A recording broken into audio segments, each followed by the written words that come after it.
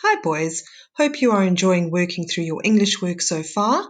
The main focus of today's lesson is to complete the writing of your oral.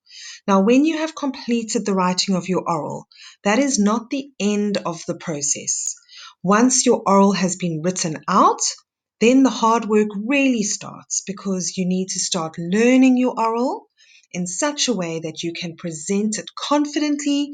You can make eye contact with your audience. You are not allowed to read your oral.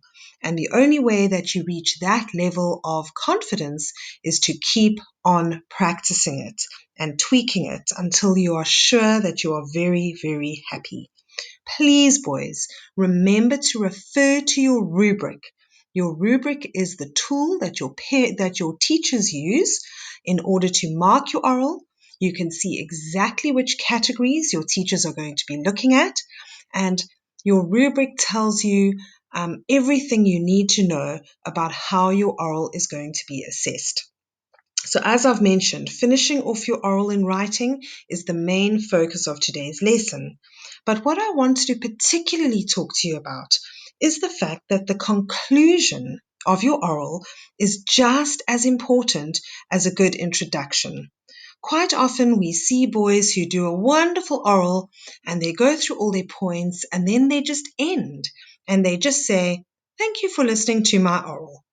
Now, your conclusion can be far better than just saying, "Thank you for listening to my oral."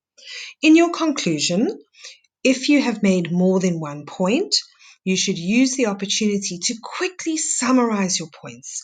You are in no way repeating every single thing that you have just said, but you do pick up the key words, the key points, and quickly just mention them again in one sentence. Then you should try to end with a mic drop moment or a mic drop sentence. And that means you could leave the rest of the boys in your class with some sort of challenge. You could leave them with a question.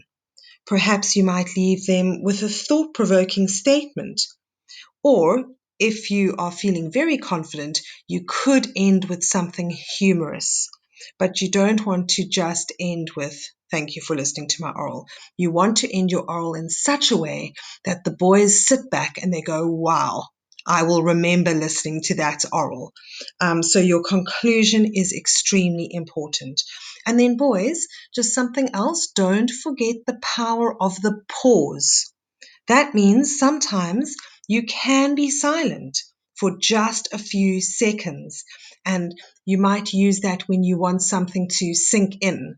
And let's say your final point to your oral is a question, and you might say to the boys something like, "Can you imagine yourself being at a school like this?"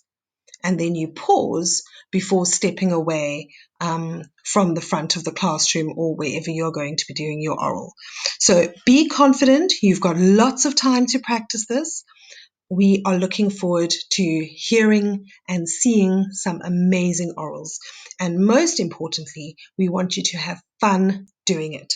We know that you will, and we are really excited to hear your suggestions.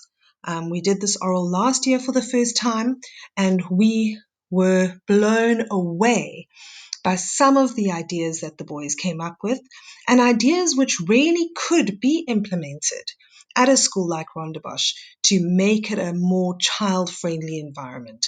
So we want to hear from you. We want to hear your points. Please use this opportunity and give it all you've got.